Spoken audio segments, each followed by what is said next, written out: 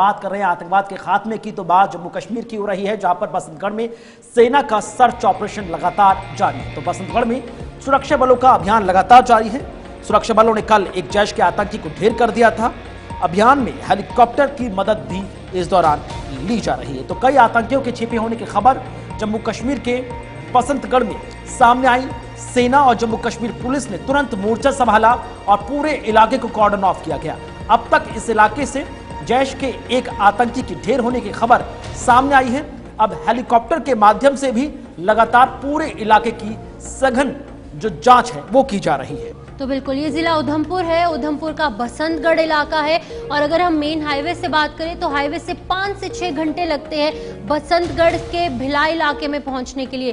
तो अंदाजा लगाया जा सकता है कि कितना दूरदराज का इलाका होगा, पहाड़ी क्षेत्र है, बहुत सारे चैलेंजेस सिक्योरिटी फोर्सेस के सामने हैं। और जैश ए मोहम्मद का एक आतंकी हालांकि कल ढेर किया गया था, जिसकी तस्वीर भी हमने आपको अपने टीवी के माध्यम से, चैनल के माध्यम से जरूर दिखाई दी। लेकिन इसी बीच आपको बताते चले कि बसंतगढ़ में ये पहला इनकाउंटर नहीं है। अक्सर हम देखते हैं यहाँ पर सस्पिशियस मूवमेंट्स ट्रेस की जाती हैं। कुछ लोकल्स के घरों पर ये आतंकी या फिर OGWs पहुंचते हैं और कुछ बेसिक खाने पीने का सामान या अन्य चीजें मांगने की कोशिश करते हैं, बेसिक नीड्स उनकी पूरी करने की कोशिश करते हैं। किशोर शर्मा जो कि कल से ही लगातार हमें जानकारी दे रहे हैं, एनकाउंटर साइट से लगातार लाइव हमारे तक जानकारी पहुंचा रहे हैं। किशोर, नया अपडेट क्या कुछ निकलकर सामने आया है? आप क्योंकि एनकाउंटर साइट पर मौजूद हैं, क्या कुछ सिनेरियो है वहां का, पूरी जानकारी दीजिएगा। देखिए, लगातार कल से जो इनकाउंटर है वो शुरू है, लेकिन आपको बताते चलें कि अगर इस बसंतगढ़ की बात करें तो बसंतगढ़ इलाके के अंदर कई दिन से लगातार जो सर्च ऑपरेशन जो है वो बड़े पैमाने पर चलाया जा रहा है। लेकिन कल की बात करें तो कल जो सुरक्षा बल और आतंकियों के बीच जो है वो मुठभेड़ शुरू होती है, लेकिन एक जो आतंकी है उसको जो है वो मार गिराया गया है। लेकिन अभी भी उस इलाके की मैं बात करूं तो उस इलाके के अंदर काफी धुंध जो है, और कहीं ना कहीं अभी आज के दिन की बात करें तो आज का दिन में जो मौसम है वो काफी साफ है।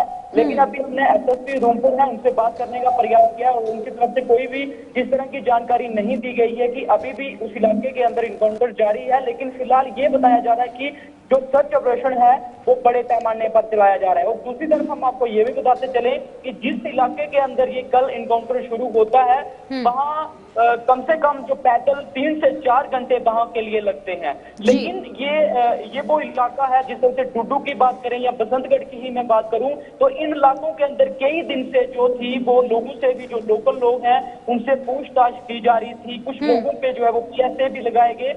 लेकिन जिस तरह से 3 जुलाई को जो है वो श्री अमरनाथ यात्रा शुरू होने वाली है, उसके पहले इस तरह का इनकाउंटर इस इलाके के अंदर होना कहीं ना कहीं एक चिंता का विषय भी है। और दूसरी तरफ हमने ये भी देखा कि वहां पे अभी भी उस इलाके के अंदर जो सर्च ऑपरेशन जो है वो अभी भी जारी है। तो किशोर, एक चीज जानना चाहूंगी, जैसे बताया जा रहा है कि जैश ए मोहम्मद का आतंकी था, तो इसका नाम, इसका पता, कुछ आइडेंटिटी सामने आई है क्या, कुछ आधिकारिक तौर पर, या फिर जो हमारे रिलायबल सोर्सेस है, क्रेडिबल सोर्सेस, वो क्या कुछ बता रहे हैं इसकी आइडेंटिटी के बारे में?